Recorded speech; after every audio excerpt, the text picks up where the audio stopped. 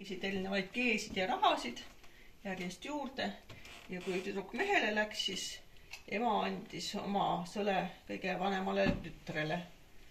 Kui tütreid mitu oli, siis oli sõlgis ka rohkem vaja, sest sul oli vaja ju kaasavaraga tüdruk mehele anda, siis sul teinekord lehm maha müüa või viljasaak siis viia selle ühe sõle eest. Sõlgesid valmistasid ka siis Petseri või Pihkva hõbedasepad.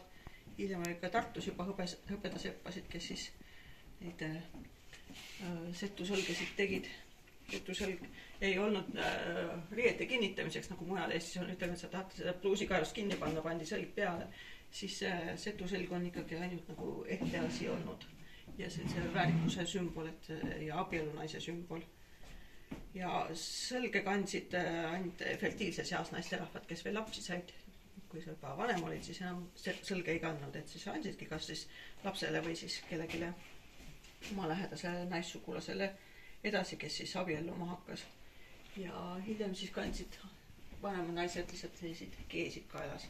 Aga ehted on läbi elu kogu aeg setu naisel väga oluline olnud ja lõpuks läksid siis hauda ka selle ühe väikse ristiga, et ehetega üldjuhul hauda ei pandud. Ainult selle hõberistiga. Ja.